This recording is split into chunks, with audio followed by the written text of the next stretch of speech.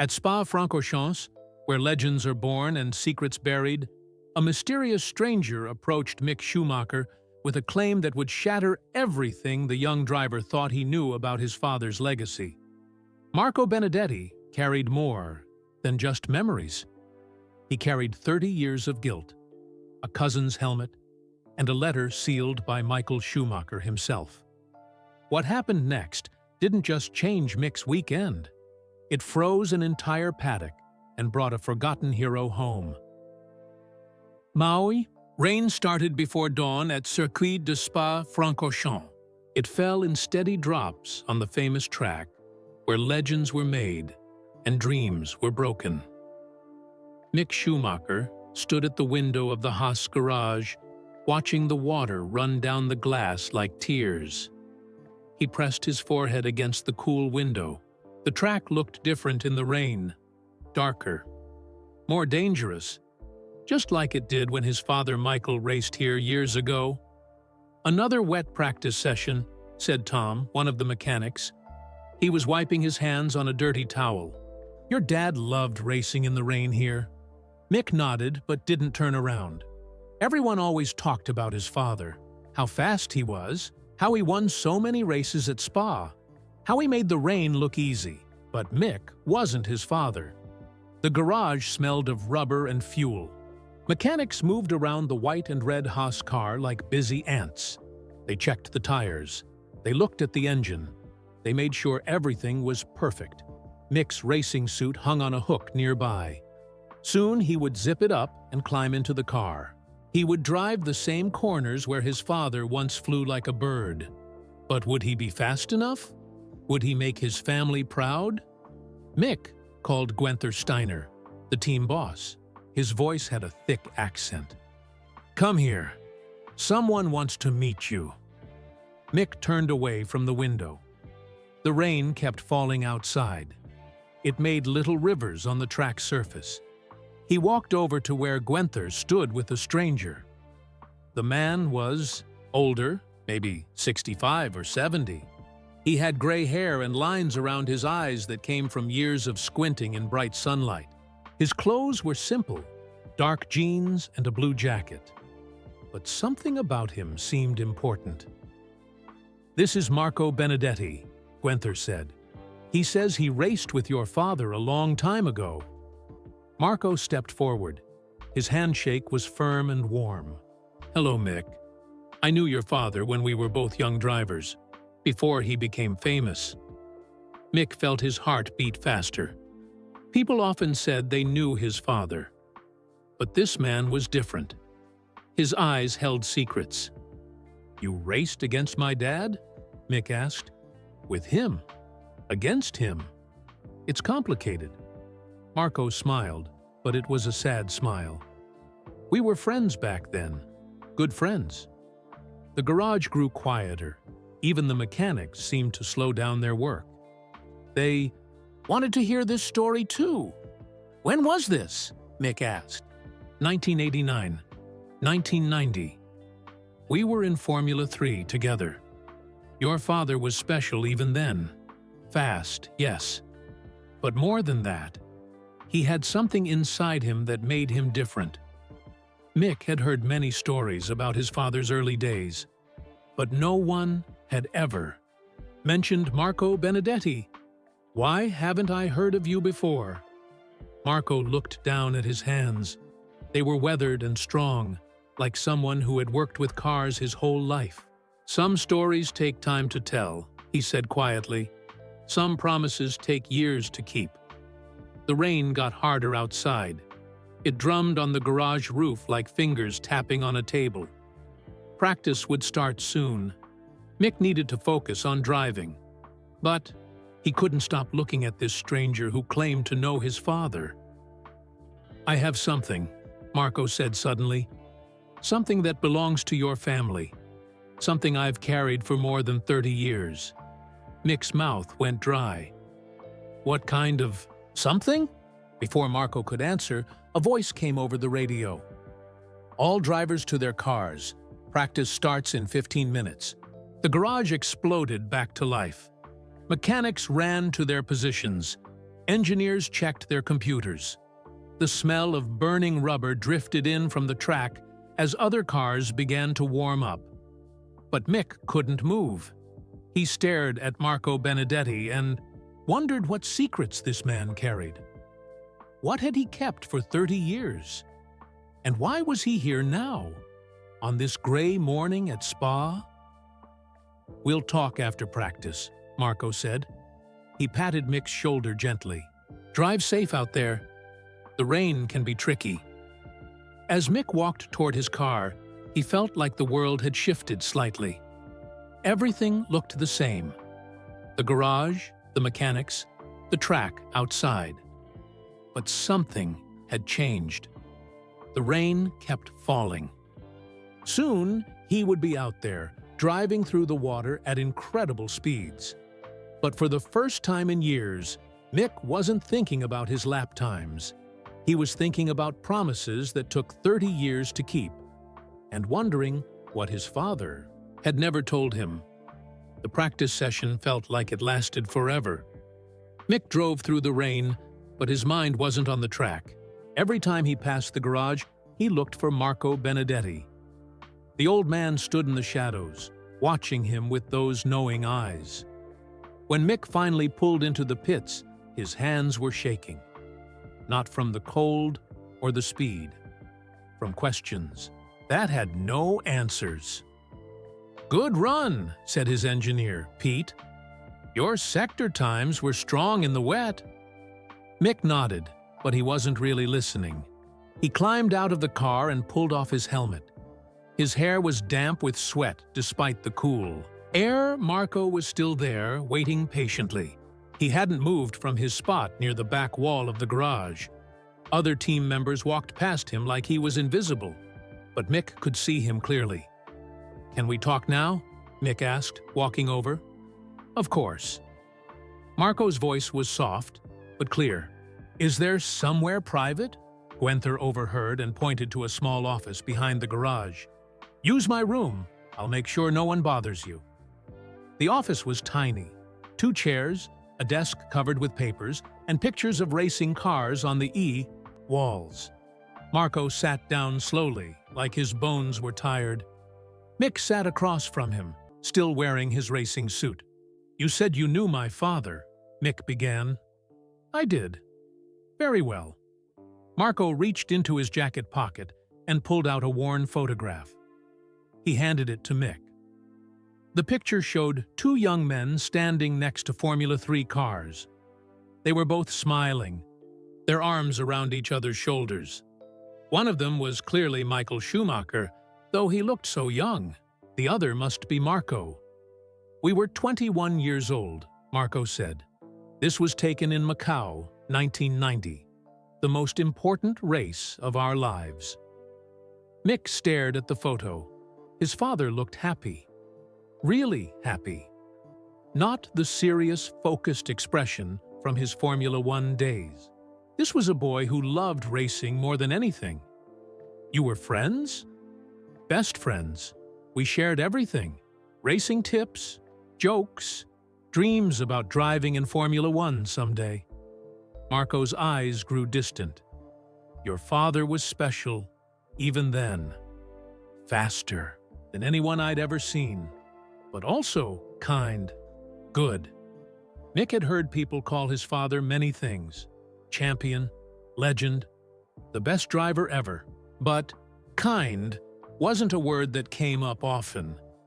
"Tell me about him." "The person, not the driver." Marco smiled. "He was funny. Did you know that?" "He loved practical jokes. Once, he put fake spiders in my helmet bag. I screamed so loud the whole paddock heard me." Despite everything, Mick laughed. He'd never heard that story. "He also worried a lot," Marco continued, "about money, about failing, about letting people down. He called me almost every night during the 1990 season, just to talk." "What did you talk about?" "Everything. Racing, yes, but also life." He talked about wanting a family someday, about hoping his children would know they were loved, no matter what happened. Mick's throat felt tight. His father had said those exact words to him many times when he was little. "There's something else," Marco said. His voice became serious. "Something I need to tell you about why we stopped being friends." The room felt smaller suddenly. Mick could hear rain still hitting the roof above them. What happened? Marco stood up and walked to the small window. Outside, mechanics were pushing cars around the paddock. Life was going on as normal. But nothing felt normal anymore. Your father got his chance with Jordan in 1991, his big break. But there were things happening behind the scenes, things that could have destroyed his career before it started. What kind of things? Marco turned back to face Mick. His face was serious now, almost sad. "I wasn't just his friend, Mick. I was also his secret. Something your father never told anyone, not even your mother." Mick's heart started beating faster. "What do you mean?" "I was his test driver for Benetton. Before he even knew he'd drive for them, I helped him prepare for his first Formula One race. We worked together in secret." The words hung in the air like smoke. Mick tried to understand what Marco was saying. But something went wrong. Something that made me choose between my own career and protecting your father's future. Marco reached into his other pocket. This time he pulled out a sealed envelope. It was old and yellow around the edges. "This is what I've carried for 30 years. What your father gave me in 1994, just before he won his first championship. He made me promise to keep it safe, to give it to his son if anything ever happened to him." Mick stared at the envelope. His father's handwriting was on the front. It said simply, "For my son, when he's ready to know the truth." "Why now?" Mick whispered. "Why are you giving this to me now?" Marco's eyes were wet with tears. He was trying not to cry. "Because your father can't tell you himself anymore. And because you're old enough to understand that even legends have secrets." Outside, someone was calling Mick's name.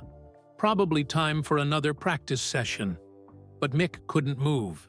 He stared at the envelope that held 30 years of secrets and wondered if he was brave enough to open it.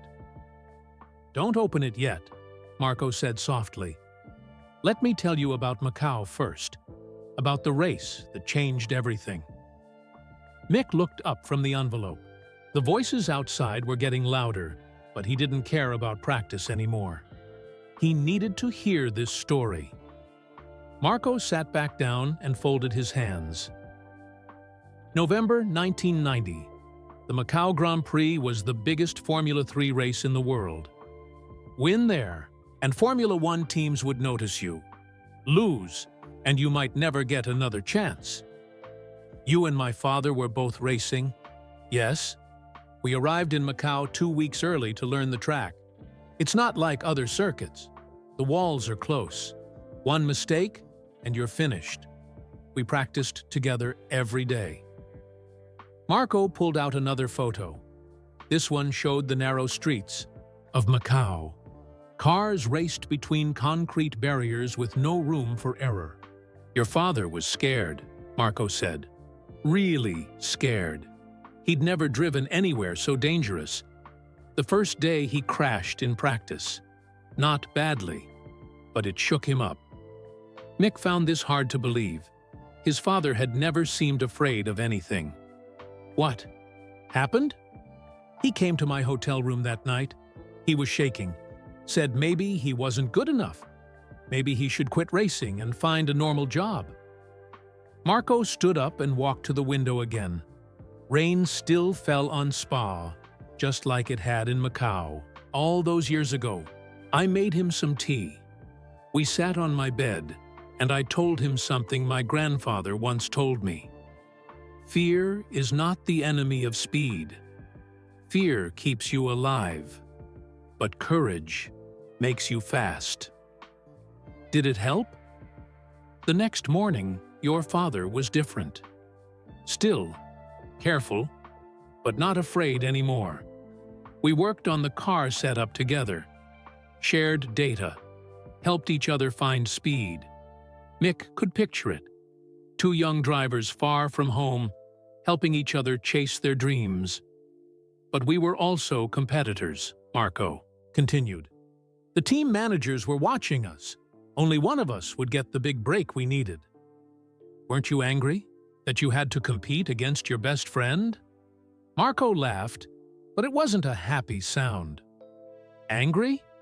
No, that's racing. Your father and I, we understood that. We could be friends and still fight for the win. He sat back down and looked directly at Mick. The qualifying session was incredible. We were 1-2 on the grid. Your father on pole, me in second place. The whole paddock was talking about the two young Germans who might change everything. You were German too? Half German, half Italian. But I raced under the German flag, like your father. Marco's expression grew serious. Race day was wet, just like today. Outside, Mick could hear cars starting their engines. Second practice was beginning, but he couldn't leave now. The race start was perfect. Your father and I pulled away from everyone else. For 20 laps, we battled wheel to wheel, trading places, racing harder than we'd ever raced before. Marco paused. His hands were trembling slightly. Then it happened. Lap 21. There's a corner called Melco Hairpin. Very tight. Very slow. I was behind your father, looking for a chance to pass. Mick leaned forward. He could feel something bad coming. Your father's car had a problem. The rear wing was loose, wobbling, dangerous. But he didn't know. I could see it clearly from behind. What did you do? I had two choices. I could pass him and try to win the race. Or I could warn him about the wing. If I warned him, he'd pit for repairs, and I'd win easily. If I didn't, the wing might fail at high speed. Marco's voice became very quiet. At Macau, a rear wing failure at high speed means death. The room fell silent except for the rain. Mick realized he was holding his breath. I used the radio, Marco said. I told the officials about your father's wing. They threw a yellow flag, made everyone slow down. Your father came into the pits for repairs.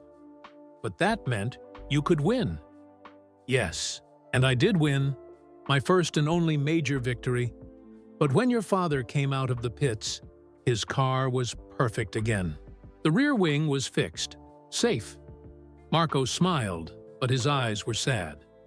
He finished second that day, still got noticed by Formula One teams. The wing problem could have killed him, but instead, it just cost him one race win. You saved his life. Maybe. Probably. But here's what happened next. After the race, your father came to me. He knew what I'd done. Knew I could have won by staying quiet. Marco reached into his jacket and pulled out something small and silver. It was a medal. He gave me this. Said I was the best friend he'd ever had. Said he'd never forget what I did for him. Mick looked at the medal. It was from the Macau Grand Prix. First place. Marco's greatest victory, won by saving his competitor's life. That was the last time we raced together, Marco said quietly. 3 months later, your father got his call from Jordan Formula One team. His career took off like a rocket. Mine ended. Why? You won Macau. That should have opened doors for you too. Marco put the medal away and looked at the envelope still in Mick's hands. That's the rest of the story. The part your father put in that letter. the part that explains why we lost touch for 30 years. The rain was getting harder now. Thunder rumbled in the distance. Somewhere outside, practice cars were sliding through the corners of Spa, just like Mick's father had done so many times.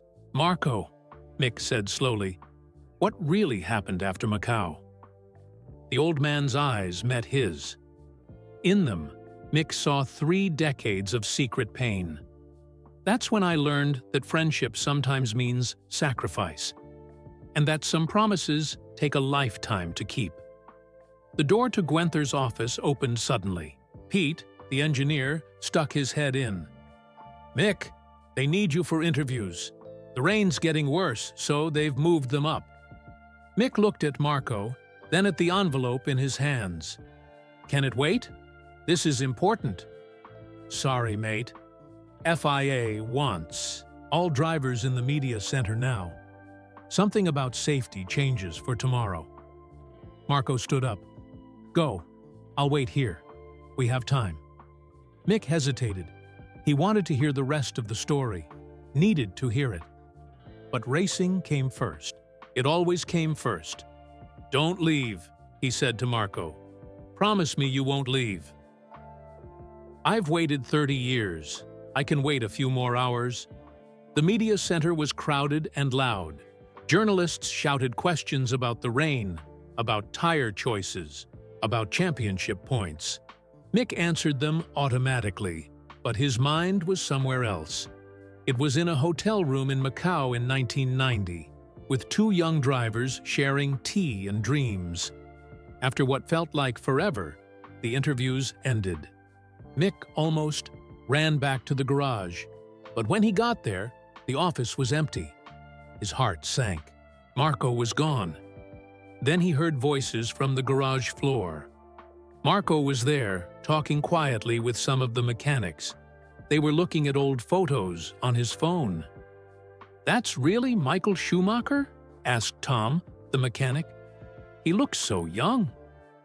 "We all were," Marco said. He saw Mick approaching. "The interview's finished?" "Yes. Can we continue now?" They went back to the office. This time, Mick locked the door. He sat down and placed the envelope on the desk between them. "You said you learned about sacrifice. What did you mean?" Marco took a deep breath. "After Macau, everything changed. Your father got his Formula One chance with Jordan. I got offers. 2, but smaller ones. Formula 3000. Some sports car teams. But then something happened that changed my life forever." He pulled out his phone and showed Mick a photo. It was a newspaper clipping from 1991. The headline read, "Young German driver dies in testing crash." Mick read the article. It was about a 22-year-old driver named Klaus Weber, who had been killed during a test at Hockenheim. He was driving for a team called Eurotech Racing. "I don't understand. What does this have to do with you and my father?" Marco's hands were shaking now. "That was supposed to be me in that car, Mick. I was supposed to be testing for Eurotech that day. Klaus took my place." The room felt cold suddenly. Mick stared at the photo of the young driver who had died. "Why didn't you go?" "Because 3 days. Before the test, your father called me. He was panicking, said he needed my help, that his career was in danger." Marco stood up and paced around the small room. He'd just signed with Benetton. His dream come true. But there was a problem. The team wanted him to test some new parts. Illegal parts. Parts that would have made him faster, but could have gotten him banned from Formula One forever. Mick felt sick. What kind of parts? Electronic aids. Traction control. Things that were banned but hard to detect. Your father was terrified. If he used them and got caught, his career would be over. If he refused, the team might drop him for someone else. So what did you do? Marco sat back down and looked directly at Mick. I went to England, spent a week helping your father figure out how to be fast without cheating. We worked day and night, finding legal ways to make the car quicker, setting up the suspension, finding better racing lines. But that meant you missed the test with Eurotech. Yes, Klaus Weber was my friend too. He was desperate for a chance to prove himself. When I couldn't make the test, he begged the team to let him drive instead. Marco's voice broke. So, I saved your father's career by helping him stay honest. But Klaus died in the car I should have been driving. The silence in the room was heavy. Outside, the rain had stopped, but Mick barely noticed. You blame yourself. Every day for 30 years. Klaus had a girlfriend, parents who loved him, dreams just like ours. But he died while I was helping your father become a champion. Mick picked up the envelope and turned it over in his hands. Is this why you and my father stopped talking? Partly. Your father felt terrible about Klaus. We both did. But there's more. Something worse. Worse than someone dying? Marco nodded slowly. Your father found out that the Eurotech test wasn't random. Someone at Benetton had arranged it. They wanted me out of the way so I couldn't help anyone else learn their secrets. Mick's stomach dropped. You mean Klaus died on purpose? Not Klaus specifically. But they wanted to remove me from Formula One. Make sure I couldn't share what I knew about their illegal technology. Klaus just happened to be in the wrong place, at the wrong time. Did my father know? Not then. He found out later, much later. And when he did, Marco pointed at the envelope. That's when he wrote that letter, to explain everything, to apologize, to make me a promise. What promise? Marco's eyes filled with tears, that if anything ever happened to him, I would take care of you and Gina. That I would be the uncle you never had. The family friend who could tell you stories about your father that no one else knew. Mick felt his own eyes getting wet. But you disappeared. After the accident in 2013, we never heard from you, because I was keeping another promise. To your mother. She asked me to stay away until you were old enough to understand, until you could hear these stories without them destroying your father's memory. Marco stood up and walked to the door. Your father isn't just a champion, Mick. He's also a man who made hard choices. Sometimes the right choices. Sometimes choices that cost other people everything. He turned back to face Mick. That letter will tell you the rest. About Klaus. About the illegal parts. About why your father carried guilt for things that weren't his fault. Marco, Mick said quietly. Why are you telling me this now? The old man smiled sadly. Because you're racing in Formula One now. You'll face the same choices your father did. Pressure to cheat. Pressure to do anything to win. And you need to know that being fast isn't worth it if you lose your soul. He opened the door and stepped into the garage. Read the letter, Mick. Then decide if you want to hear the rest of the story. Mick looked down at the envelope. His father's handwriting stared back at him. Inside were secrets that had shaped his family's life for 30 years. Outside, the sun was trying to break through the clouds. Tomorrow would be qualifying. Then, the race. His father's old track would test him just like it had tested everyone who came before. But first, he had to learn what his father had never been able to tell him. About friendship, about sacrifice, about the price of being a champion, and about the man who gave up everything to keep a promise. Mick sat alone in the office for a long time. The envelope felt heavy in his hands, like it weighed more than paper should. He could hear the garage getting quieter as mechanics finished their work for the day. Through the window, he watched Marco talking with some of the team members. The old man's hands moved as he spoke. probably telling racing stories. But Mick could see sadness in his shoulders, in the way he stood. Finally, Mick stood up. He needed air. He needed to think. He found Marco by the track fence, looking out at the wet asphalt. The famous Eau Rouge corner stretched up the hill in front of them. This was where his father had been so fast, where legends were made. "It's beautiful, isn't it?" Marco said without turning around. "Even in the rain. Maybe especially in the rain." Mick joined him at the fence. "You said you gave up everything. What did you mean exactly?" Marco smiled, but it was a tired smile. "After Klaus died, I couldn't race anymore.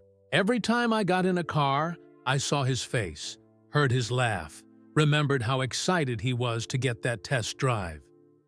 But you could have gotten help, therapy. Other drivers have come back from worse things. Maybe. But there was more to it than just guilt." Marco turned to face Mick. "Your father asked me to disappear from racing, to keep quiet about what I knew, about the illegal parts, about how some teams were cheating." Mick felt confused. "Why would he ask you to do that?" "Because if I spoke up, it wouldn't just hurt the teams that were cheating. It would hurt everyone, the sport itself. People would stop believing in Formula One. Your father said the sport needed time to clean itself up, quietly, without scandal." Marco pulled out another photo. This one showed him and Michael at what looked like a farewell dinner. Both men looked serious, older than before. "This was our last meal together.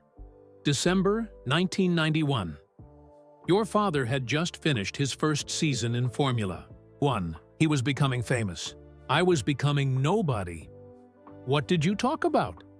"He offered me money, a job with his management company, said he'd take care of me forever. But I said no." Mick was surprised. "Why?" "Because I didn't want charity. I wanted something else. Something more important than money." Marco was quiet for a moment. A few drops of rain started falling again. "I made him promise that if he ever had children, he would raise them right.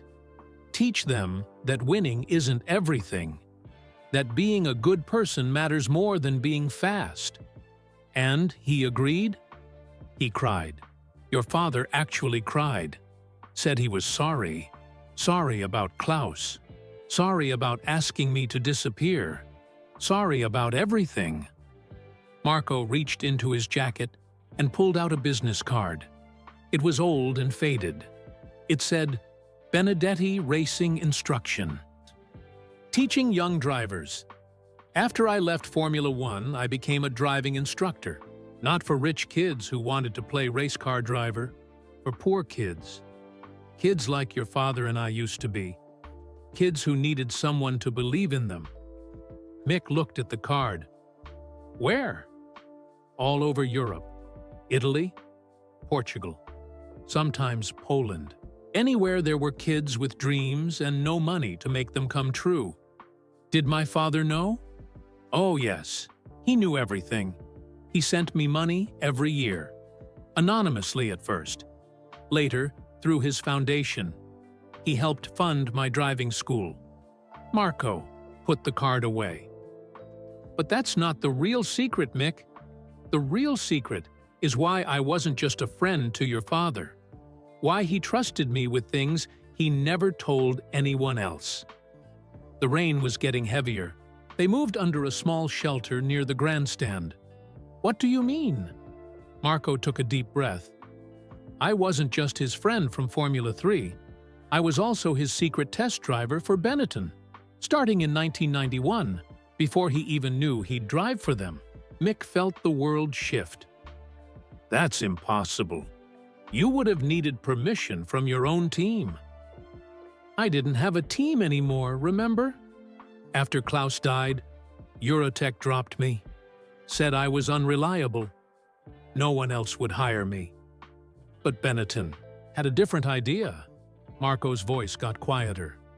They hired me secretly, paid me cash, made me sign papers saying I'd never tell anyone. My job was to test new cars, set them up, find out what made them fast, then teach your father everything I learned. But why the secrecy? Because other teams couldn't know. If they found out Benetton had an extra driver working for them, it would be seen as cheating, unfair advantage. Mick was trying to understand. So you were like his secret coach? More than that. I was his preparation for every race. For 3 years, 1991 to 1994, I tested at tracks before your father got there. I figured out the best setup, the fastest lines, where to brake, where to attack. The rain drummed on the shelter roof. Marco continued his story. When your father won his first championship in 1994, half the credit should have gone to me. But no one could ever know. That was part of the deal. Didn't you mind? Not getting credit? Marco shrugged. Your father and I, we knew the truth. That was enough. Besides, I was getting paid well. And I was helping my best friend achieve his dreams. So what went wrong? Why did you stop? Because someone found out. Someone who wanted to destroy your father's career, and Benetton's reputation, and mine. Marco pulled out a document. It was a contract, written in German and English. This is my original contract with Benetton. Look at the signature at the bottom. Mick looked. The signature belonged to Flavio Briatore, Benetton's team principal at the time. In 1994, this contract was stolen. Someone photographed it. They threatened to give it to the press unless Benetton paid them millions of dollars. Blackmail? Exactly. But Benetton refused to pay. Said they'd rather face the scandal than give in to criminals. So the blackmailers changed their plan. Marco's voice became very serious. They said they'd only stay quiet about one condition. I had to disappear completely from Formula One. Never race again. Never work with any team.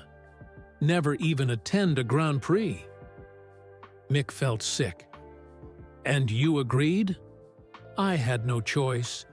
If the story came out, it wouldn't just hurt me. Your father would be seen as a fraud. His championship would be questioned. Benetton might be banned from racing. But that's not fair. You weren't cheating. You were just helping.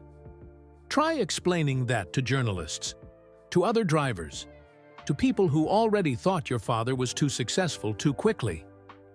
Marco folded up the contract and put it away. So I made the only choice I could.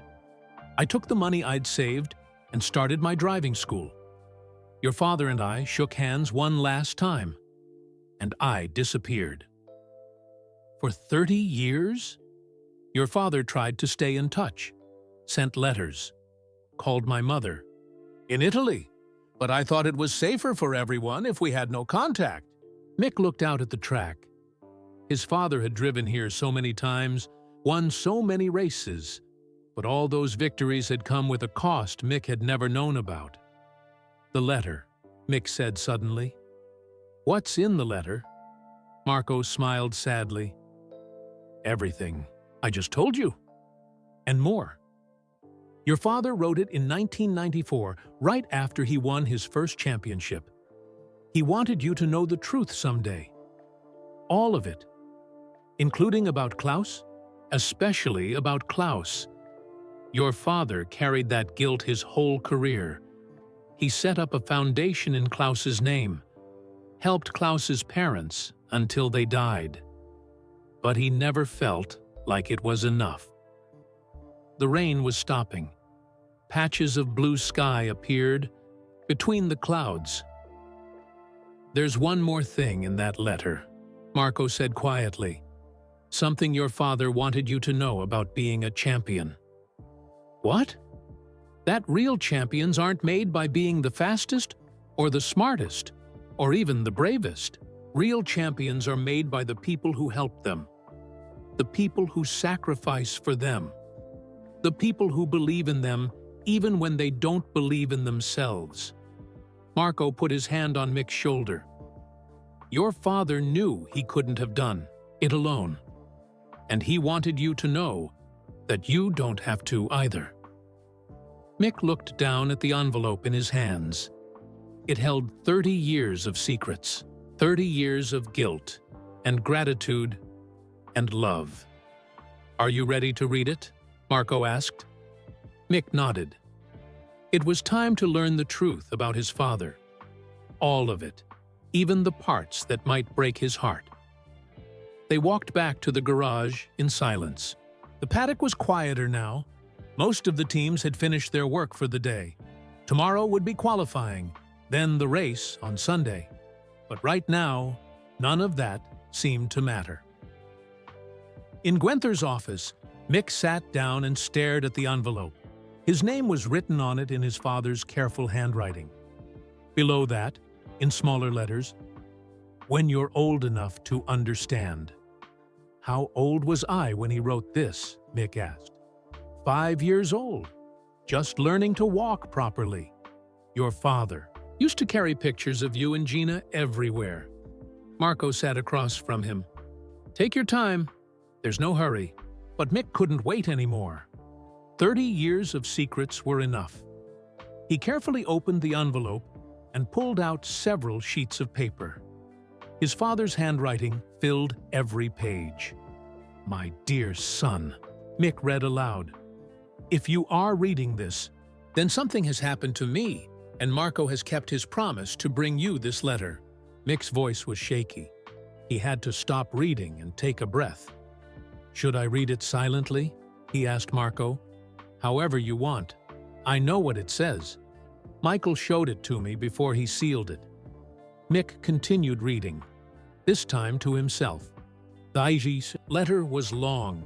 His father had written about everything, about meeting Marco in Formula 3, about the friendship that changed both their lives, about Klaus Weber and the terrible accident that should have been Marco's.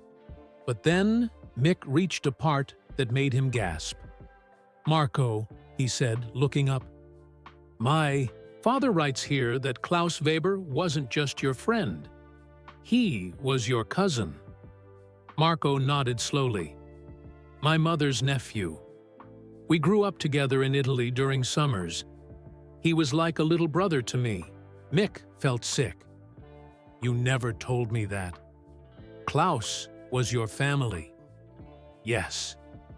And I let him die in my place.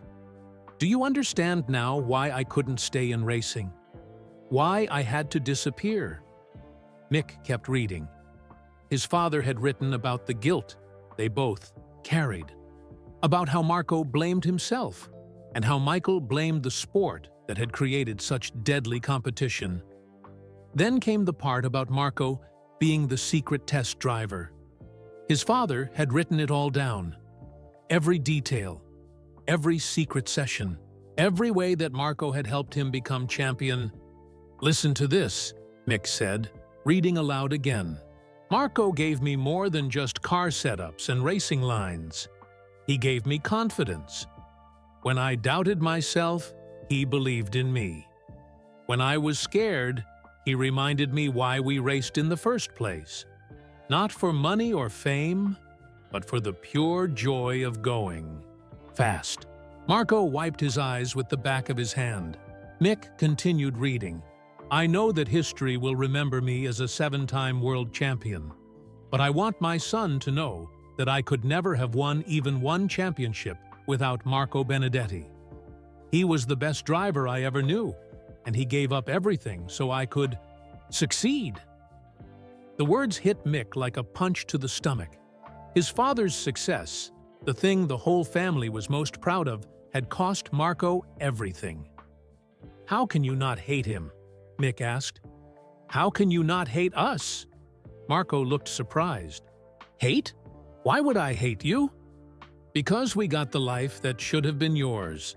The championships, the fame, the money, everything. Marco stood up and walked to the window. Outside, a few mechanics were still working, getting cars ready for tomorrow. "Mick, let me tell you something. Your father didn't steal my career. The world stole it from both of us." "What do you mean?" "The pressure to cheat. The politics. The money that made teams do terrible things. That's what killed Klaus. That's what forced me out. Your father was just trying to survive in a system that was already broken." Marco turned back to face Mick. "And you know what? He used his success to try to fix it. Do you know how many young drivers your father helped over the years? How many safety improvements he pushed for? How much money he spent making racing safer?" Mick thought about it. His father had always supported young drivers, had always talked about making the sport better. "Keep reading," Marco said. "There's more." Mick found his place in the letter again. The next section was about the blackmail attempt.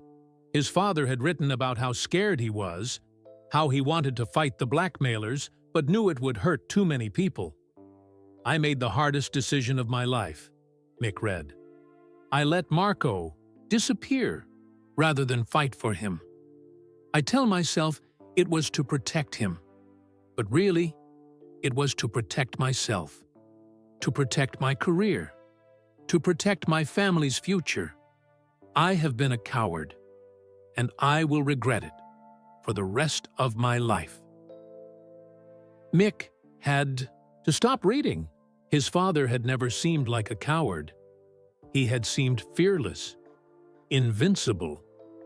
"He wasn't a coward," Marco said quietly. "He was trapped. We both were. But you could have stayed friends. You could have kept in touch. Read the next part." Mickey continued.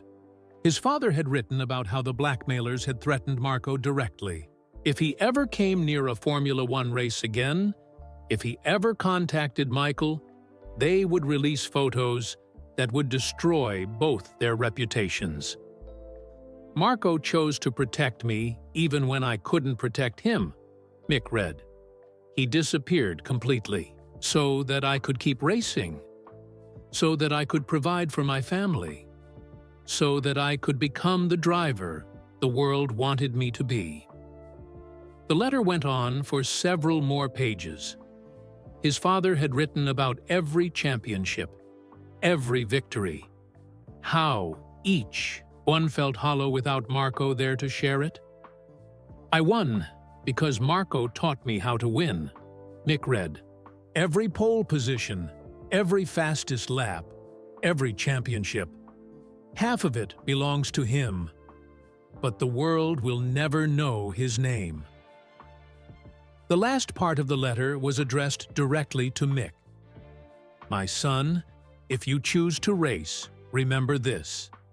Success without integrity is worthless. Speed without heart is meaningless. And championships without friends to share them with are just expensive trophies." Mick folded the letter and set it down. His hands were shaking. "There's one more thing," Marco said softly. He reached into his jacket and pulled out a small key.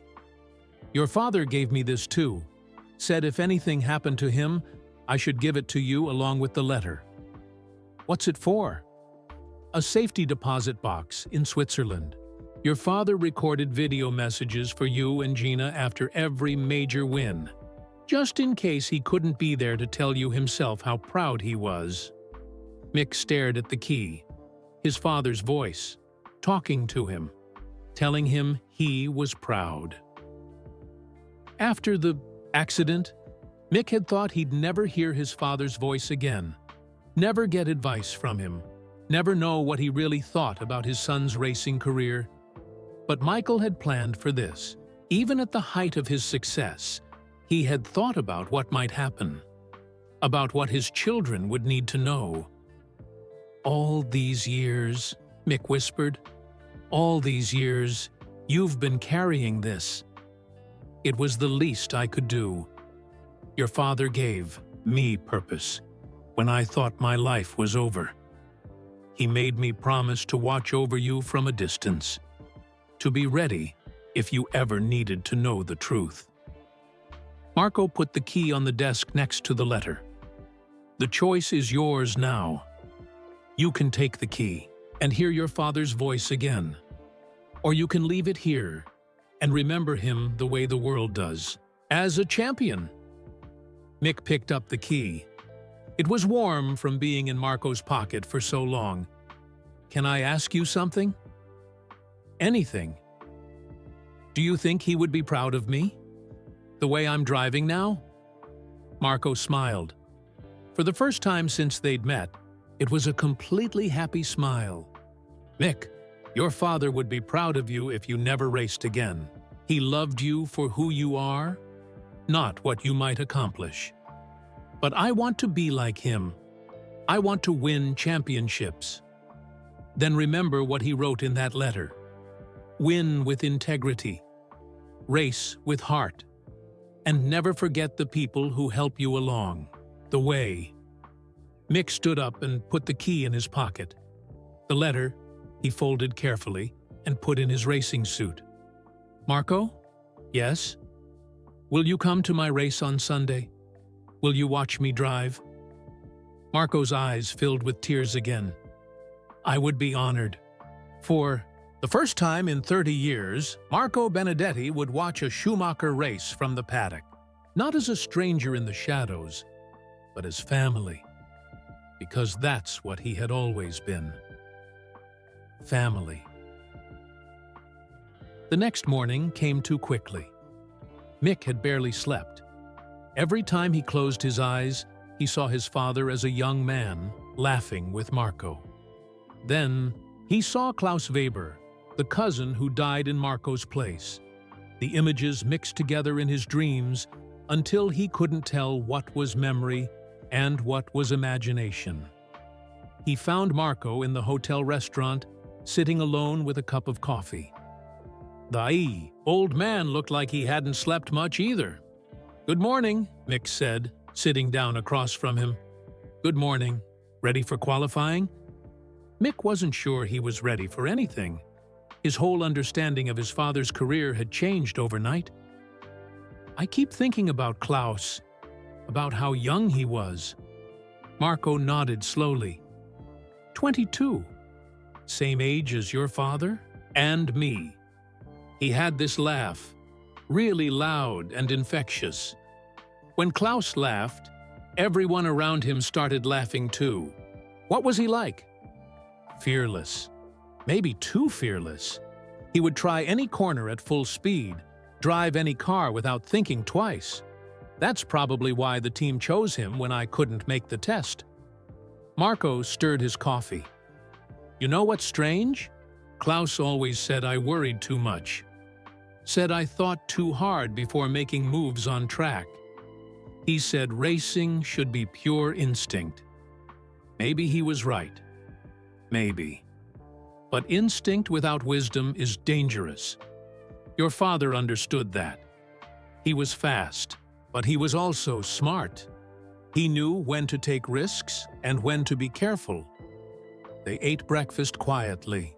Around them, other team members were discussing tire strategies and weather forecasts. Normal racing talk for a normal qualifying day. But nothing felt normal to Mick anymore.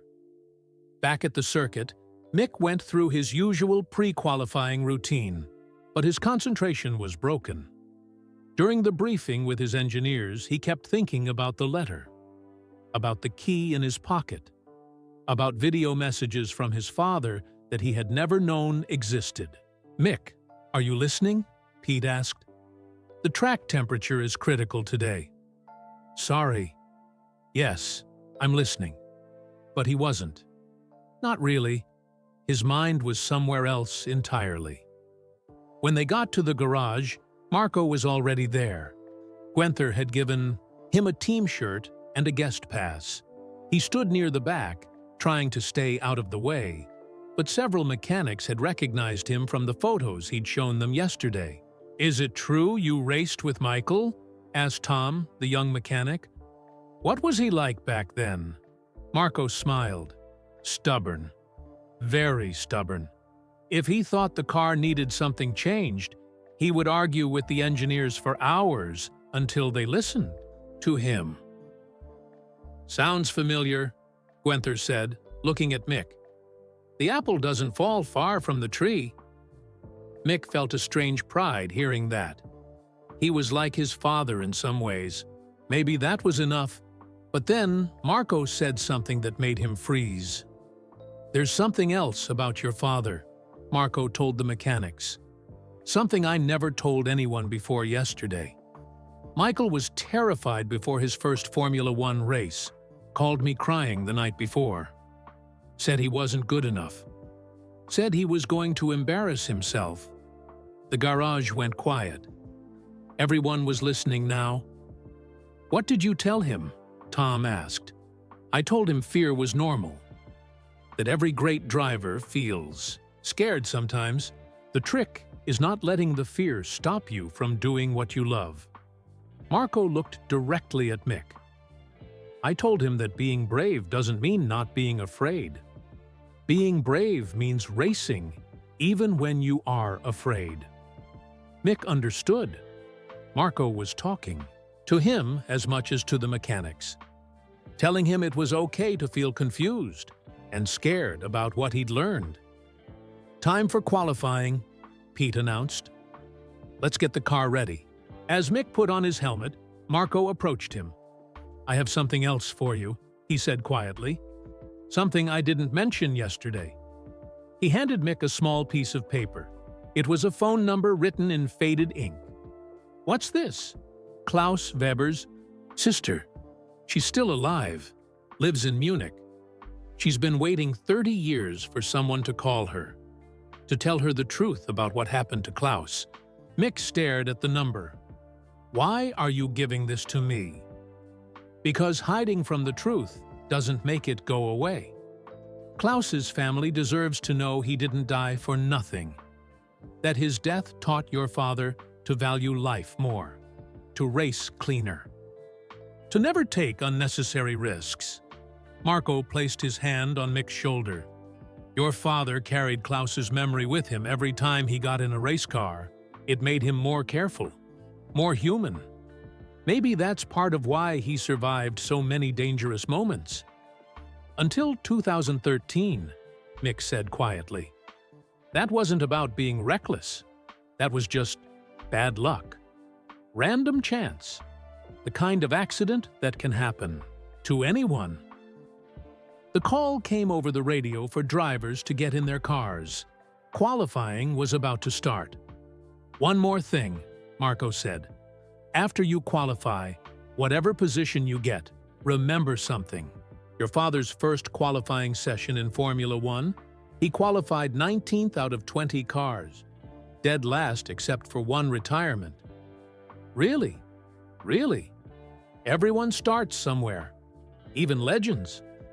Mick climbed into his car. The familiar smell of carbon fiber and racing fuel surrounded him. Through his helmet, he could hear the radio crackling with information from his engineers. But underneath all that, he could hear something else. His father's voice from that letter. Words about racing with integrity, about never forgetting the people who help you. As the mechanics pushed his car toward the track, Mick saw Marco standing with the team. The old man was crying, but he was also smiling. After 30 years in the shadows, he was finally home. On track, Mick felt different. Usually before qualifying, his mind was full of technical details. Brake points, gear changes, where to position the car for the best lap time. Today, his mind was quiet, focused. For the first time since starting his Formula One career, he wasn't thinking about living up to his father's legend. He was thinking about honoring the people who had helped create that legend. Marco, Klaus, all the unnamed mechanics and engineers and friends who had believed in a young German driver with big dreams. The green light flashed. Qualifying began. Mick drove out of the pits toward the first corner. In his mirrors, He could see the Haas garage getting smaller, but he could still picture Marco standing there, watching a Schumacher race again after 3 decades. As he approached the famous Eau Rouge corner, the same corner where his father had been so dominant, Mick made a decision. He would drive this qualifying session not for himself, not even for his father's memory.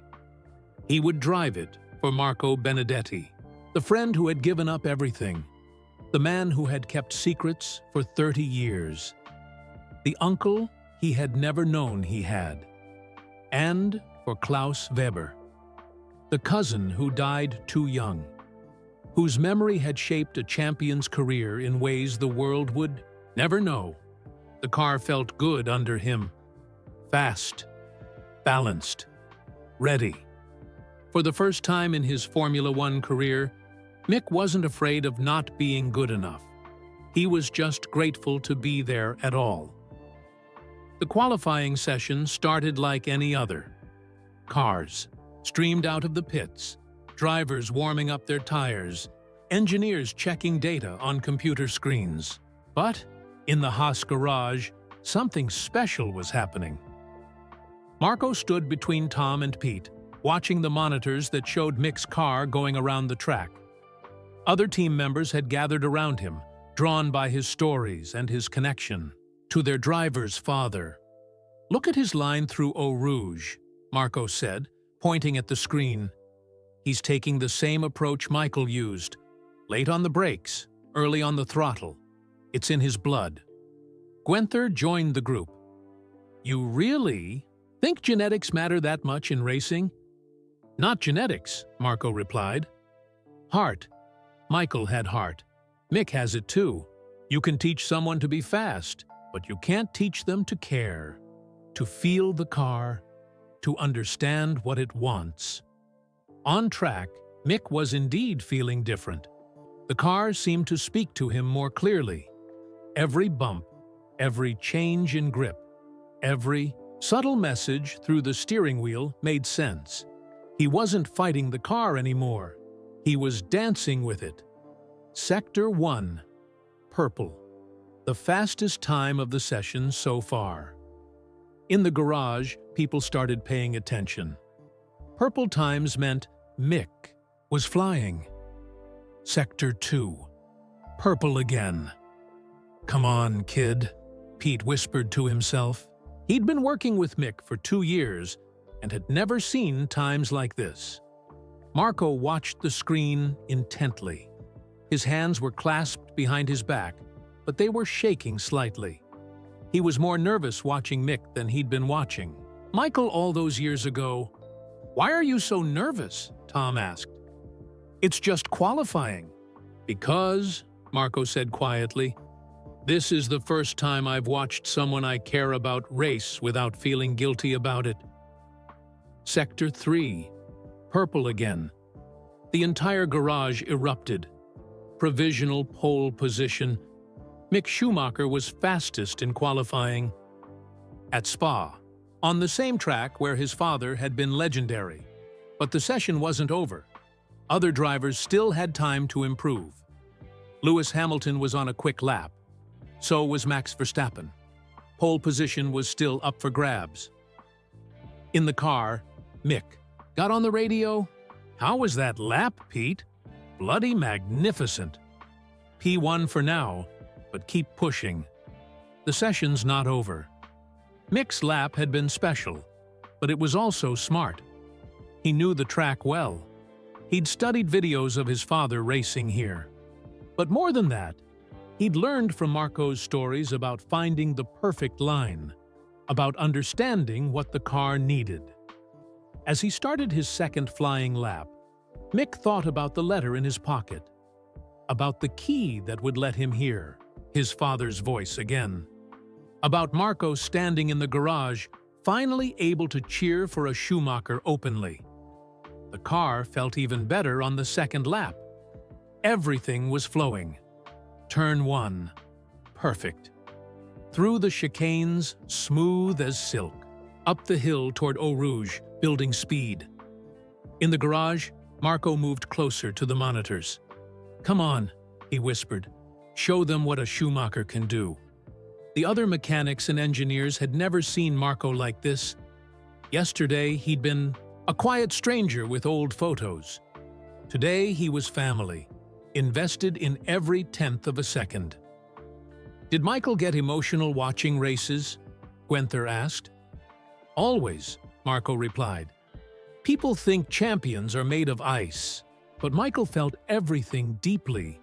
Every victory, every mistake, every close call. That's what made him great. He cared." Sector 1. Purple again, but only by a few hundredths. Sector 2. Yellow this time. Still good, but not his best. Mick could feel the car sliding slightly through the fast corners. The track was changing, getting grippier as more rubber was laid down. He needed to adapt. Instead of fighting the slide, he worked with it, used it to rotate the car better, found speed in places he hadn't expected. Sector 3. Purple. A big purple. When Mick crossed the line, the time appeared on the screens. Pole position. Clear of second place by 3/10 of a second. In qualifying, that was a huge margin. The garage exploded. People were hugging, shouting, laughing. Guenther was on the radio congratulating Mick. Pete was analyzing the data, still not quite believing what he was seeing, but Marco stood quietly, tears streaming down his face. Tom noticed. "Are you okay?" Marco nodded. "More than okay. I'm watching a dream come true. Not just Mick's dream, Michael's dream, my dream, Klaus's dream. All of our dreams rolled into one." When Mick climbed out of the car in Parc Fermé, he looked back toward the Haas garage. Even from that distance, he could see Marco. The old man was applauding, but more than that, he was beaming with pride. This wasn't just pole position, this was vindication. Proof that the sacrifices meant something, that Klaus's death hadn't been for nothing, that Marco's exile had served a purpose. The interviews were a blur. Journalists asking about his lap, about his strategy for tomorrow's race, about following in his father's footsteps. Mick answered them all, but his mind was elsewhere. When he finally made it back to the garage, Marco was waiting for him. "That was incredible," the old man said. "Your father would be." "He would be proud of you too," Mick interrupted. "You were part of that lap. Your stories, your wisdom, everything you taught me yesterday." Marco shook his head. "No, that was all you. Your talent, your heart. But your guidance," Mick insisted, "your understanding of this track, of how my father approached it. I was thinking about your stories the whole time." Other drivers were starting to trickle back to their garages. Some stopped to congratulate Mick. A few noticed Marco and seemed confused by his presence. That's when Sebastian Vettel appeared. Sebastian had been Michael's protégé at Ferrari, one of the few current drivers who had a real relationship with the Schumacher family.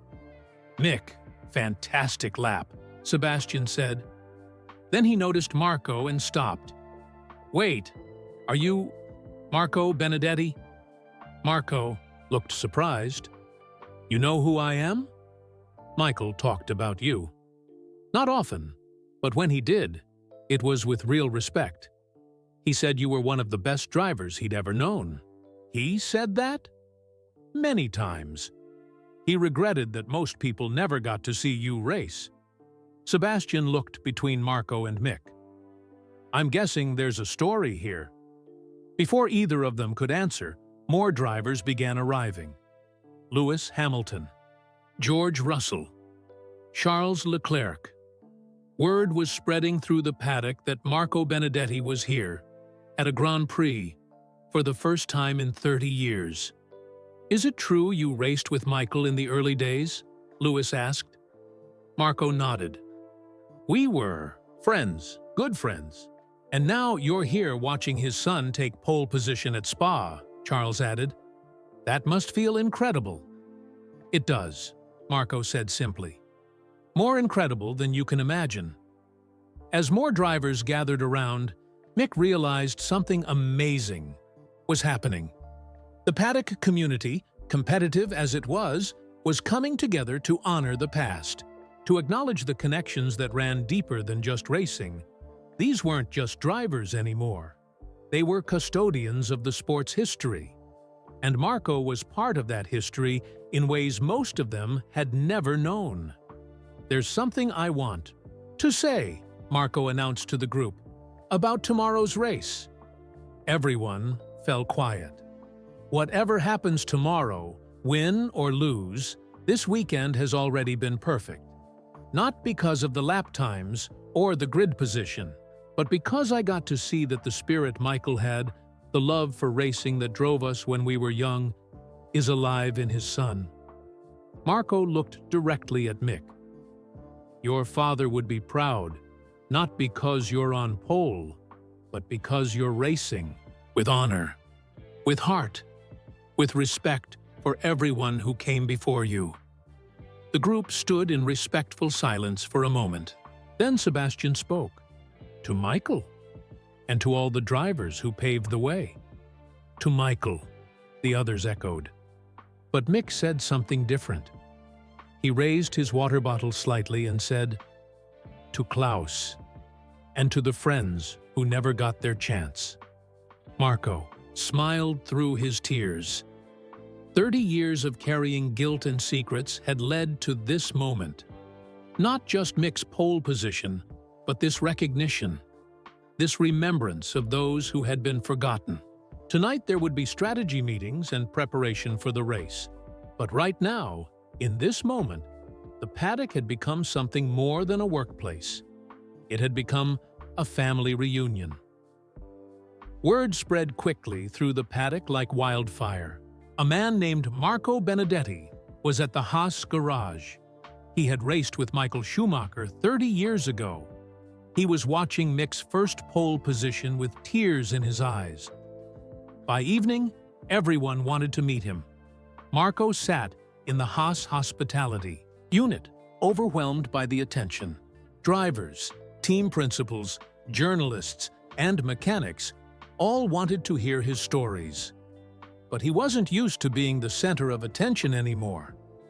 I should probably leave, he told Mick quietly. This is your weekend, your moment. I don't want to be a distraction. No, Mick said firmly. Stay, please. I need you here. That's when Toto Wolff, the Mercedes team principal, approached their table. Behind him was Stefano Domenicali, the CEO of Formula One itself. Mr. Benedetti, Toto said, extending his hand. I'm Toto Wolff. I've heard so much about you over the years. Marco stood up and shook hands. From who? Michael. He mentioned you several times when we worked together. Always with respect. Always with regret. Stefano stepped forward. Mr. Benedetti, would you be willing to speak with me privately? There's something I'd like to discuss. Mick felt worried. Is everything okay? Everything's fine, Stefano assured him. Actually, it's more than fine. But this conversation is best had in private. They moved to a quiet corner of the hospitality area. Mick wanted to follow, but Marco gestured for him to stay. 20 minutes later, Marco returned. His face was pale, but his eyes were bright. What did he want? Mick asked. He knows. About everything. The secret testing.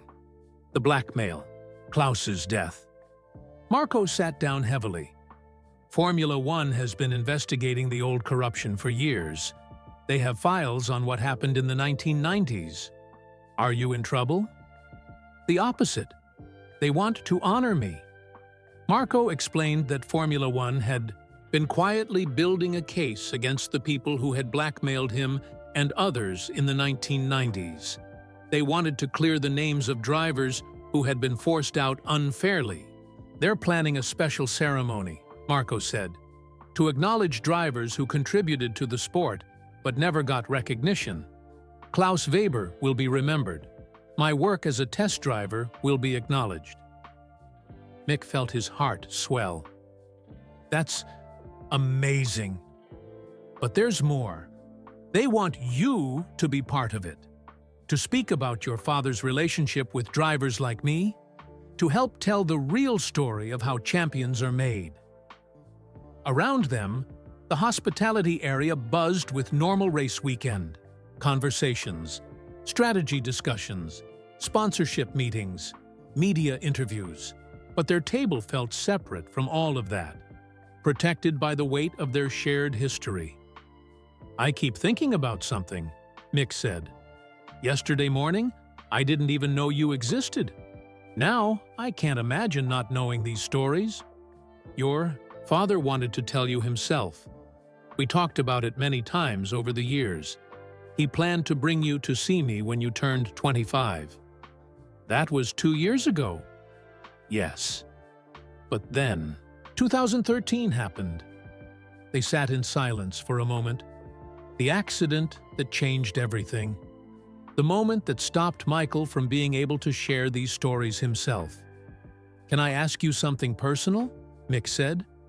Of course. Do you think my father knew about the ski accident? Do you think he had any warning? Marco considered this carefully. Your father was always careful, always thinking ahead. But no one can predict everything. Sometimes life just happens. I wonder if he would have wanted me to race, knowing the risks? He definitely wanted you to race. He told me so many times. But he also wanted you to race smart, to never take unnecessary chances, to remember that cars can be replaced, but life cannot. That evening, the normal race day preparations felt different. The strategy meeting was the same as always. Tire choices, fuel loads, pit stop windows, but Mick's mind kept drifting to the conversations happening throughout the paddock. People were sharing stories about his father. Not just the famous victories, but the personal moments. The jokes he told. The way he helped young drivers. The advice he gave to mechanics who were struggling. Your dad once spent 2 hours helping me fix my road car, said one of the Ferrari mechanics. It was just a small electrical problem, but he couldn't leave until it was working perfectly. Said if he was good with race cars, he should be good. With regular cars, too. These stories painted a picture of Michael that was different from the legend. More human.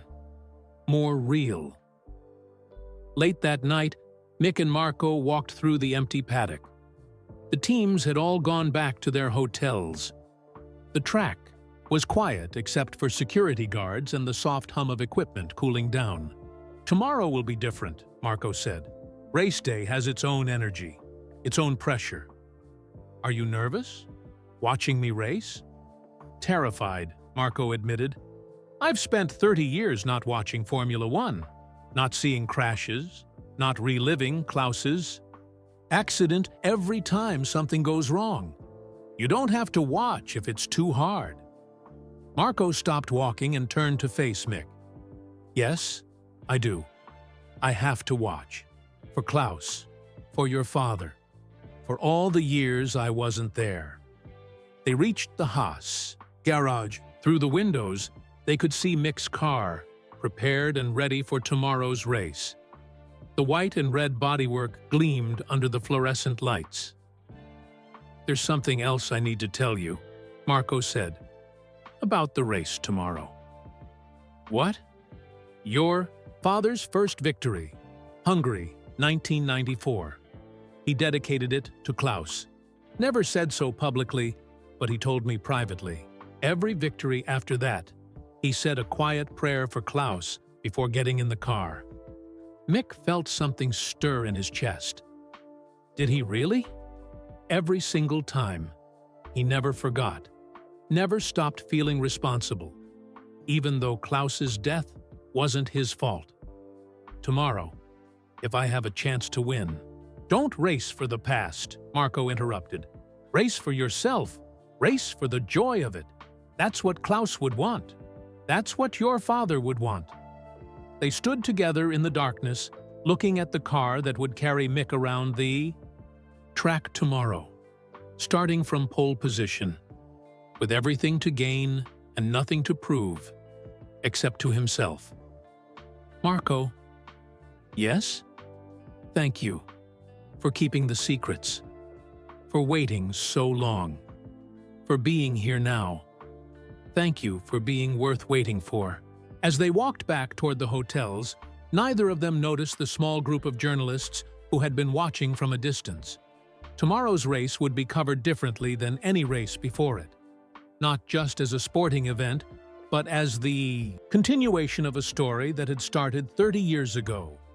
The story of friendship and sacrifice, of second chances and hidden truths, of a father's love expressed through an old friend's loyalty. Tomorrow, the entire world would watch Mick Schumacher race from pole position at Spa. But tonight, the paddock held its breath, waiting to see how this beautiful, tragic, hopeful story would end. In a few hours, the sun would rise. The cars would take to the track. And, for the first time in 30 years, Marco Benedetti would watch a Formula One race not as an exile, but as family. The thought both thrilled and terrified him, because some moments are too important to experience from the shadows, and some promises can only be kept in the light. Race day morning arrived with crystal clear skies. The rain that had dominated the weekend was gone, replaced by perfect racing conditions. In the Haas garage, mechanics made their final preparations while Mick went through his usual routine, but today felt anything but usual. Marco arrived early, wearing the team shirt Guenther had given him. He carried a small leather bag that he hadn't had yesterday. When Mick asked about it, Marco just smiled and said, "Later." The garage was buzzing with nervous energy. Pole position meant expectations. It meant opportunity. But it also meant pressure.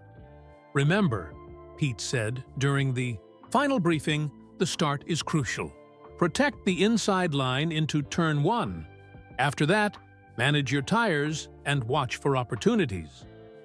Mick nodded, but his attention kept drifting to Marco, who stood quietly in the corner. The old man looked pale and kept checking his watch. "Doridici, you okay?" Mick asked during a break in the meeting.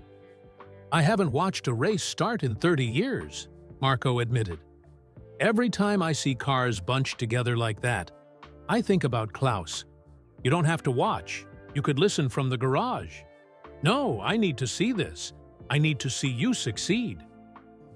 As the garage prepared for the formation lap, other drivers began stopping by to wish Mick luck, but many of them also wanted to meet. Marco Fernando Alonso spent 10 minutes talking with him about the old Formula 3 days. "Michael always said you were the smartest driver he knew," Fernando told Marco. "Said you could read a race like a book." Daniel Ricciardo asked Marco about the differences between racing in the 1990s and today. "Everything was more dangerous then," Marco explained. "But maybe that made us more careful in some ways. We knew every mistake could be our last. Even Max Verstappen, who was starting third, stopped by.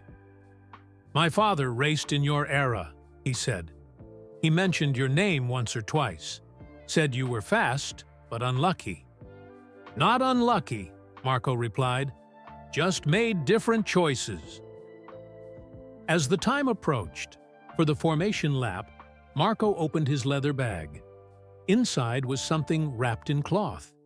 He held it carefully, like it was precious. "What is that?" Mick asked. Marco unwrapped it slowly. It was a racing helmet, old, worn, with scratches and paint chips that told stories of dozens of races. "This was Klaus's helmet," Marco said quietly. "His sister gave it to me after the funeral." Said Klaus would want someone who understood racing to have it. Mick stared at the helmet. It was simple compared to modern designs.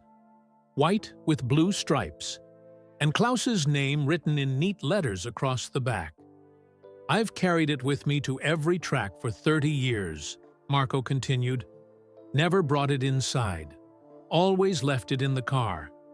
But today I want Klaus to see this race." Marco placed the helmet carefully on a shelf where it could see the monitors showing the track. "Now he's here with us," Marco said. "All of us." The call came for drivers to get in their cars. The formation lap was beginning. Mick hugged Marco. "Quickly. Wish me luck." "You don't need luck. You have skill. You have heart. You have everything you need." As Mick climbed into his car, he felt the weight of everything that had led to this moment. The letter in his pocket, the key to his father's video messages, the stories of friendship and sacrifice, the presence of Klaus's helmet watching over them. The formation lap felt different than usual. As Mick drove around the circuit, checking his brakes and warming his tires, he thought about all the drivers who had come before him on this track. His father, Marco, Klaus, all of them young once, all of them dreaming of moments like this. Back in the garage, Marco stood frozen as the e-com cars lined up on the grid. His hands shook as he watched the monitors. 30 years of avoiding this moment. And now it was here. "You okay?" Tom asked, noticing Marco's distress. "Just remember," Marco said, more to himself than to Tom. "Racing is about living, not dying. Michael taught me that." The 5 red lights appeared on the screen. One by one, they began to illuminate. First light. Marco closed his eyes and said a prayer. For Klaus. For Michael. For Mick. Second light. In the car, Mick felt completely calm. All the noise in his head from the past 2 days had gone quiet.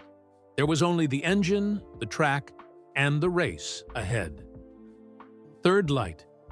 Guenther put his hand on Marco's shoulder. "He'll be fine. He's got good instincts, like his father." Fourth light, Marco opened his eyes and looked at Klaus's helmet. For just a moment, he could swear he saw his cousin's reflection in the visor. Smiling, ready to race. Fifth light. The garage fell completely silent. Everyone held their breath. And then, the lights went out. The Belgian Grand Prix began. Mick got a perfect start. He held the inside line into turn 1, protecting his lead as cars streamed past on either side. Behind him, chaos erupted as several cars tangled in turn 2, but he was clear of the trouble. "Great start!" Pete's voice crackled through the radio. P1, clear air ahead. In the garage, Marco was crying, not from fear or sadness, but from pure joy. After 30 years, he was watching Formula One again, and a Schumacher was leading. The first few laps were about establishing rhythm. Mick built a small gap to the cars behind while managing his tires. He drove smoothly, efficiently, remembering everything Marco had told him about reading the race. "Looking good," Pete reported. "Gap to P2 is 3 seconds and growing." But Marco knew how quickly things could change in Formula One. He'd seen too many leads disappear, too many promising races end in heartbreak. On lap 15, the first drama appeared. A safety car was deployed after a minor collision in the midfield. This would bunch up the field and give Mick's rivals a chance to attack. "Safety car deployed," Pete informed Mick. "We'll stay out. Try to maintain track position." In the garage, tension filled the air. Everyone knew the restart would be crucial. Marco found himself pacing back and forth in front of the monitors. "Come on. He whispered, "Just like your father. Stay calm. Stay smart." When the safety car came in on lap 20, Mick was ready. He controlled the restart perfectly, getting a good jump on the field and maintaining his lead through the first few corners. But the race was far from over. Half the distance still remained, and anything could happen. As the laps ticked by, Marco began to believe that something special might be happening. Mick wasn't just driving fast, he was driving intelligently, making the right decisions, preserving his tires while managing the gap to the cars behind. "Your father would be so proud," Marco said to himself, loud enough that Tom overheard. "He is proud," Tom replied. "I'm sure of it." Marco looked at Klaus's helmet, then at the screens showing Mick's car flying around Spa. Two young men who had died too soon, and one who was living their dreams. "Yes," Marco said softly. "I think you're right." The race was entering its final phase. The moment of truth was approaching. And in the Haas garage, a man who had spent 30 years in the shadows finally stepped fully into the light, ready to witness the completion of a story that had begun with two friends sharing dreams in a small Italian hotel room. Some promises, Marco realized, were worth every day of the wait, especially when they came true in front of the whole world. With 10 laps remaining, Mick still led the Belgian Grand Prix. His driving had been perfect. Fast when he needed to be, careful when wisdom demanded it. The gap to second place was 8 seconds, a comfortable margin but not insurmountable. In the garage, Marco stood transfixed by the monitors. His hands no longer shook. His breathing had steadied. For the first time in 30 years, he was simply enjoying watching a Formula One race. "He's got this," Guenther said, standing beside Marco. "Unless something goes wrong with the car, he's going to win." Marco nodded but stayed silent. He'd seen too many races change in the final laps to celebrate. "Early!" Then Pete's voice crackled over the radio. "Gap to P2 is down to 6 seconds. Max is pushing hard." Mick's response was calm and controlled. "Understood. I've got more pace if I need it." But Marco noticed something on the monitors that made his heart skip. Mick's lap times were getting slightly slower. Not much. Just a 10th here, 2 tenths there, but enough to suggest the tires were starting to struggle. "He needs to manage those tires," Marco muttered to himself. Tom overheard. "Should we tell him?" "No, he knows. He's being smart, just like his father." On lap 55 of 64, the gap had closed to 4 seconds. Max Verstappen was flying, posting purple sector times as he hunted down the leader. In the car, Mick felt the pressure, but remained focused. He remembered what Marco had told him about reading a race. Sometimes you have to give up a little time in one place to save it somewhere else. Instead of fighting his worn tires through the fast corners, Mick concentrated on the slow ones, places where skill mattered more than grip, where experience could overcome equipment disadvantages. "That's it," Marco whispered, watching Mick's driving lines. "Use your head, not just your foot." 3 laps later, disaster struck, but not for Mick. George Russell, running third, suffered a puncture and spun into the barriers. The safety car was deployed again. "Safety car! Safety car!" Pete radioed. "This changes everything." In the garage, everyone's mood shifted instantly. The safety car would bunch up the field again. Mick would have to defend his lead on fresh tires, against cars with fresher rubber. "What's our strategy?" Mick asked over the radio. There was a pause as the team considered their options: pit for fresh tires and risk losing track position, Or stay out and try to hold off faster cars on older rubber? Stay out, Guenther decided. We maintain track position. Marco held his breath. It was a risky call, but it was what a champion would do. The safety car period lasted 3 laps. When racing resumed with 5 laps remaining, Mick faced his biggest challenge yet. Max was directly behind him on tires that were 10 laps fresher. "Okay, Mick." Pete's voice was tense. "Max will attack at the restart. Be ready." "I'm ready," Mick replied, and he sounded it. The green flag waved. Mick got a good restart, but Max was right there, looking for every opportunity to overtake. Down the Kemmel Straight, Max pulled alongside using his DRS advantage. In the garage, Marco stopped breathing entirely, but Mick had positioned his car perfectly. He forced Max to take the outside line into Turn 1, maintaining his lead by mere inches. "Brilliant driving!" Pete shouted over the radio. The crowd was on its feet. This was wheel-to-wheel racing at its finest. For the next 2 laps, the battle continued. Max tried everything: late-braking moves, switchbacks, attempts to force Mick into mistakes. But Mick held firm, using every trick his father had ever taught him, plus some new ones he'd learned himself. With 3 laps to go, Max's tires began to fade from his aggressive attacks. The gap started growing again. 2 seconds back, Pete reported. "You're pulling away." In the garage, tears were streaming down Marco's face. But this time, they weren't tears of sadness or fear.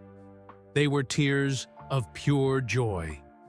"He's going to do it," Guenther said incredulously. "He's actually going to win. 2 laps to go." Mick's lead was stable at 3 seconds. Unless something dramatic happened, he would score his first Formula One victory at the same track where his father had won 6 times. That's when Marco walked over to Klaus's helmet and picked it up gently. "Can you see this, Klaus?" he whispered to it. "Can you see what came from all our dreams?" Tom watched, confused, but moved by Marco's emotion. 1 lap to go. The entire paddock was electric with anticipation. Everyone knew they were witnessing something special. Not just a race win, but the completion of a story that had begun 33 years earlier. In the car, Mick felt overwhelmed by gratitude. Not pressure, not fear, but simple thankfulness for everyone who had made this moment possible. His family, his team, Marco, even Klaus, in his own way. "Final sector," Pete announced. "You're going to win. You're going to bloody win." Mick crossed the finish line 3 seconds ahead of Max Verstappen. His first Formula One victory. At Spa, starting from pole position. The garage erupted in celebration. People were hugging, crying, shouting. Guenther was jumping up and down like a child. But Marco stood quiet in the corner, still holding Klaus's helmet, tears flowing freely down his weathered cheeks. "We did it, Klaus," he whispered. "We all did it." As the team celebrated around him, Marco pulled something else from his leather bag. It was another letter, different from the one Michael had written for Mick. This one was addressed to Klaus, Weber's sister. He had carried it for 30 years, just like Michael's letter for Mick, waiting for the right moment to deliver a message of closure and remembrance. Tomorrow, he would call the phone number he'd given Mick. He would arrange to meet Klaus's sister. He would give her the letter and tell her how her brother had been remembered and honored by every victory Michael had achieved. But right now, he simply stood in the afterglow of a promise kept. A circle completed. A story that had found its perfect ending. On the podium above, Mick stood on the top step, holding his trophy and looking down at the crowd. He spotted Marco in the garage and pointed directly at him. The cameras followed his gesture, focusing on the old man with tears in his eyes, who was applauding like his life depended on it. The television commentators scrambled to explain who Marco was, how he connected to the Schumacher family. But they only knew part of the story. The full truth about friendship and sacrifice, about Klaus Weber and secret test sessions, about 30 years of carrying other people's dreams, would be told later. Today was just about celebrating what happens when talent meets opportunity, when the past guides the present, and when promises made in darkness finally see the light. As Mick held his trophy high and the Belgian national anthem played, Marco placed Klaus's helmet back on the shelf. "Thank you," he whispered to his cousin's memory. "Thank you for making me the man who could keep this promise. Some victories belong to the winner. Others belong to everyone who made that victory possible. This one belonged to all of them, living and dead, present and remembered, known and unknown. It belonged to the family that racing had created, and the family that racing had found." The celebration in the Haas garage continued as Mick completed his victory lap, but Marco had stepped outside. He Tiders needed air. He needed space to process what had just happened. He walked slowly through the paddock, Klaus's helmet tucked under his arm. People were everywhere. Mechanics packing up, journalists interviewing drivers, fans cheering from behind, barriers. But Marco moved through it all, like he was in a dream. That's when he heard footsteps running behind him. "Marco! Marco! Wait!" It was Mick, still in his racing suit, his face flushed with excitement and tears. He had left his own victory celebration to find the man who had made it all possible. "Where are you going?" Mick asked, breathing hard from running. I needed a moment." "Come back, please. This is your victory too." Marco shook his head. "No, this is yours. You earned it. Every tenth of a second, every perfect corner, every smart decision. That was all you. But without you, without me, your father still would have been great. You still would be great. I was just a small part of a bigger story." Mick stared at him. "Do you really believe that?" Before Marco could answer, more footsteps approached. Guenther, Pete, and several other team members had come looking for them. "There you are," Guenther said. "We need you both back at the garage. The media wants interviews." "I should go," Marco said quietly. "Let you enjoy your moment." "No," Mick said firmly. "You're not disappearing again. Not for another 30 years. Not ever." Mick took the helmet from Marco's hands and looked at it carefully. Klaus Weber. This was his? Yes. Then he saw everything today. He was here with us. Mick handed the helmet back and put his arm around Marco's shoulders. "You're coming with me to the interviews. I want people to know your story." "Mick, I don't think—" "I'm not asking," Mick interrupted with a smile. "I'm telling you, as the race winner, I get some privileges, and I'm using them to make sure my family is with me." They walked back toward the garage together.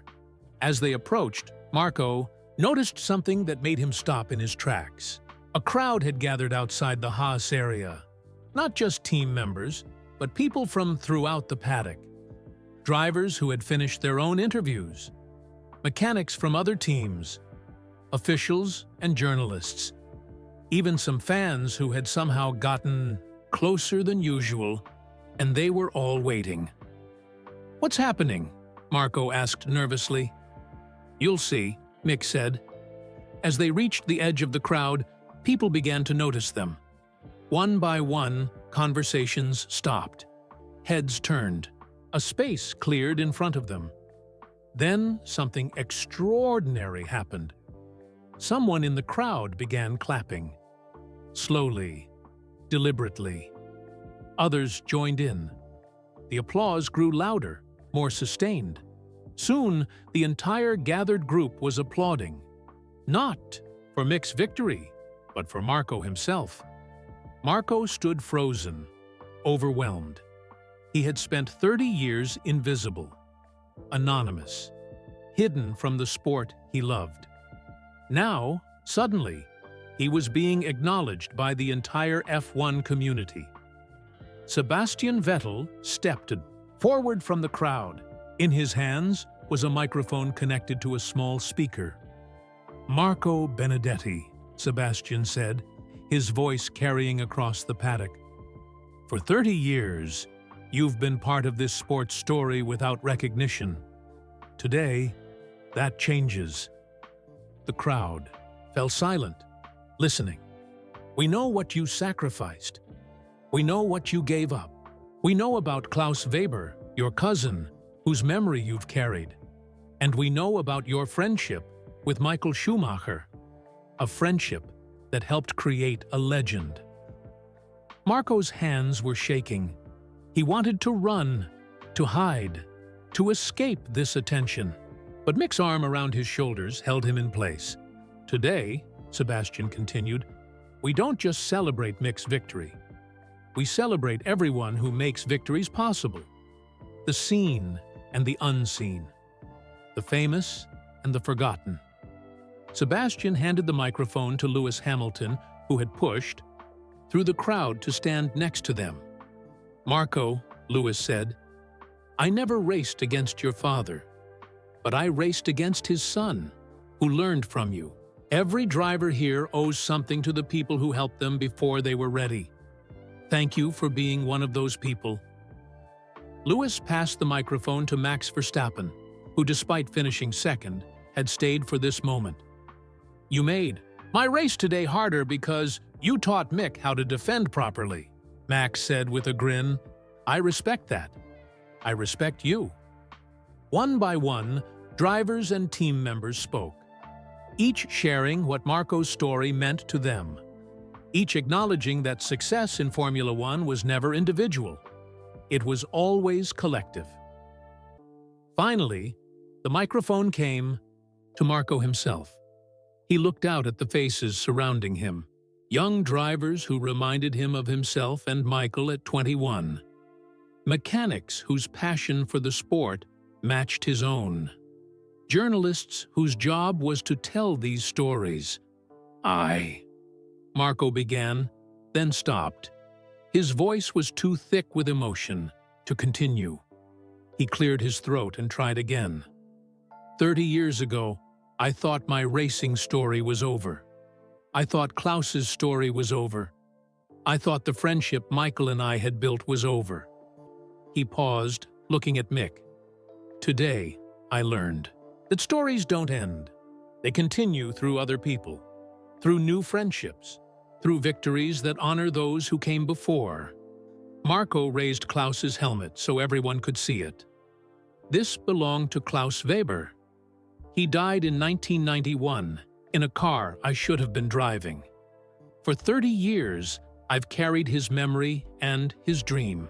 Today, his nephew won his first Grand Prix. The crowd was silent except for the sound of cameras clicking and recording devices running. "Klaus isn't really gone," Marco continued. "He's in every corner Mick took perfectly today. Every time Mick chose safety over speed. Every moment Mick raced with his heart instead of his ego." Marco's voice grew stronger. "And Michael is here too. In the way Mick treated his competitors with respect. In the way he thanked his team before himself. In the way he remembered that racing is about more than just winning." Marco looked around the circle of faces. "You want to know the real secret? The real reason Michael was great? It wasn't because he was faster than everyone else. It was because he understood that being fast meant nothing if you raced without honor. If you forgot the people who helped you, if you lost yourself in the pursuit of victory. He handed the microphone back to Sebastian. Thank you for listening to an old man's stories. Thank you for remembering Klaus. And thank you for letting me come home. The applause that followed was different from any Marco had ever heard. It wasn't the quick, polite clapping of formal ceremonies. It was sustained, heartfelt, emotional.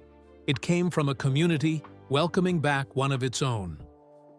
As the crowd began to disperse, individuals approached Marco personally, sharing phone numbers, making plans to stay in touch, inviting him to future races.